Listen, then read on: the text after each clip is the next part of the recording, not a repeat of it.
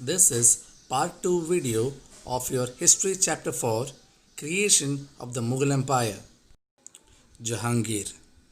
In 1605, Akbar was succeeded by his own son Salim, who took the name of Jahangir upon his succession onto the throne.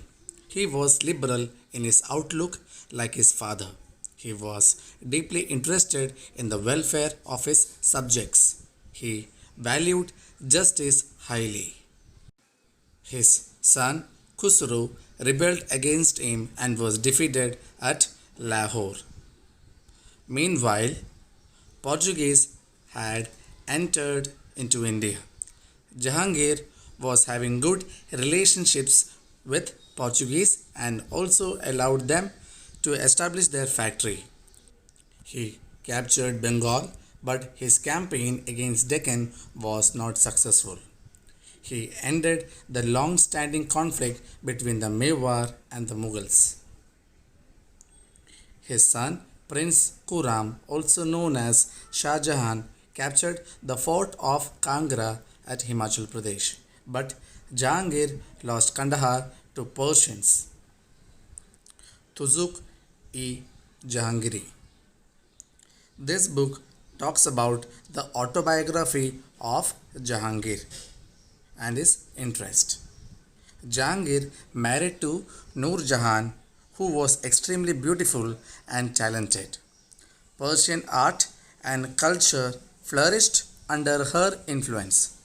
Jahangir often took her advice for administrative purpose.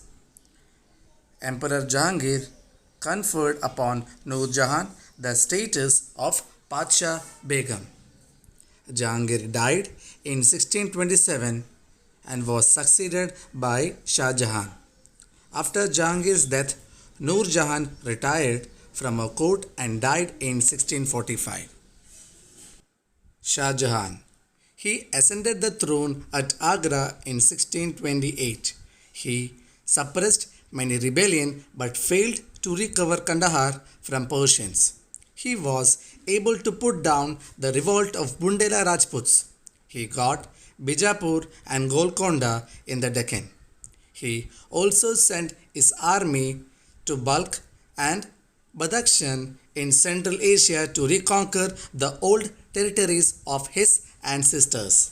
Balkh and Badakhshan were annexed in 1646 but were soon lost. He controlled the Portuguese and removed them from Hooghly in Bengal. The book Pachanama was a biography of Shah Jahan written by Abdul Lahori. Shah Jahan Nama was another valuable work of this period.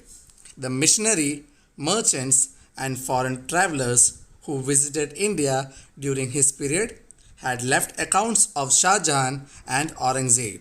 The two things for which Shah Jahan is known to the world over are the famous Taj Mahal and the Peacock Throne.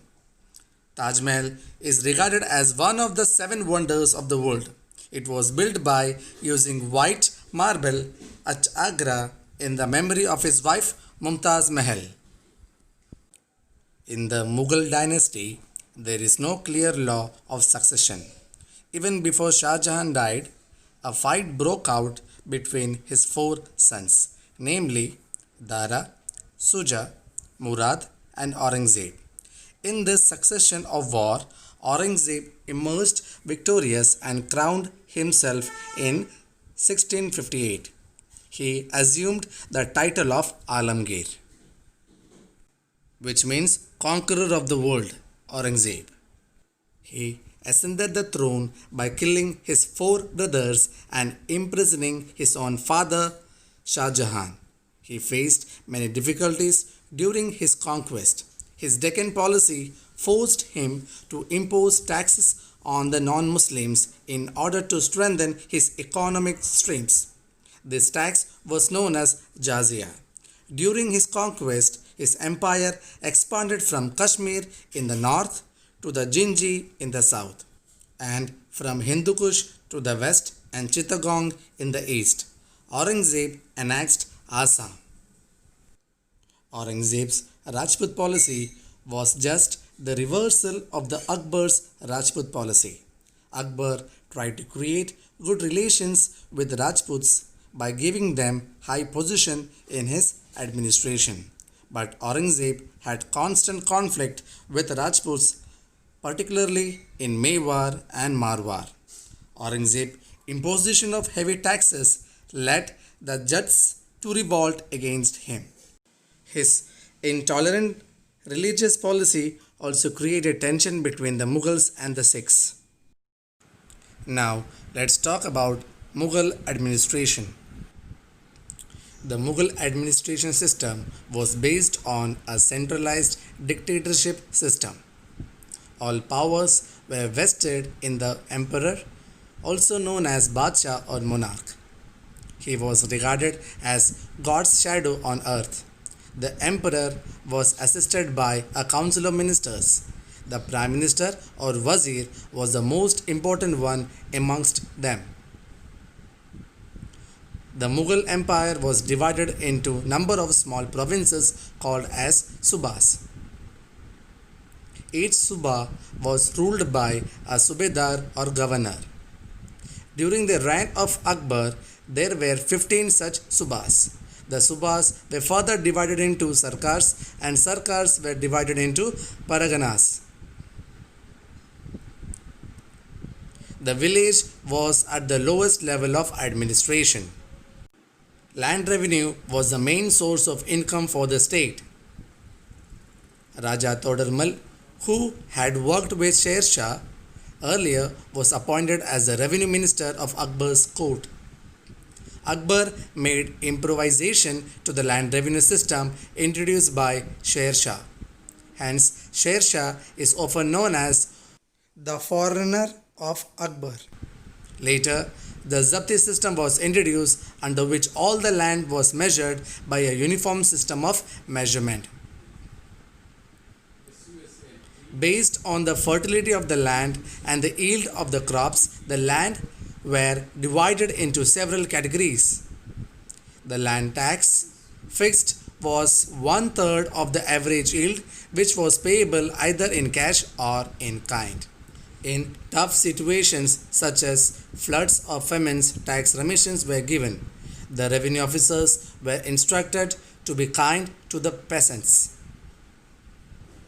The Mughal army had different components such as infantry, artillery, cavalry, and elephantry, with cavalry being the most important branch. Akbar introduced the Mansabdari system. Mansab meant rank or place. Each Mansab was valued based on the number of horsemen they had. The Mansabdars were graded in the range of 10 to 10,000 Mansabs. The Mansabs had to maintain foot soldiers in addition to horses. The Mansabdars had to assist the empire during war times. In return of this, they were paid fixed salaries. The king was at the apex of the judicial system. He was assisted by the chief qazi. The cases were tried in accordance with the law prescribed in the Quran. Several punishments were given for major crimes, mutilation being one of them. So here we end with this chapter. Thank you.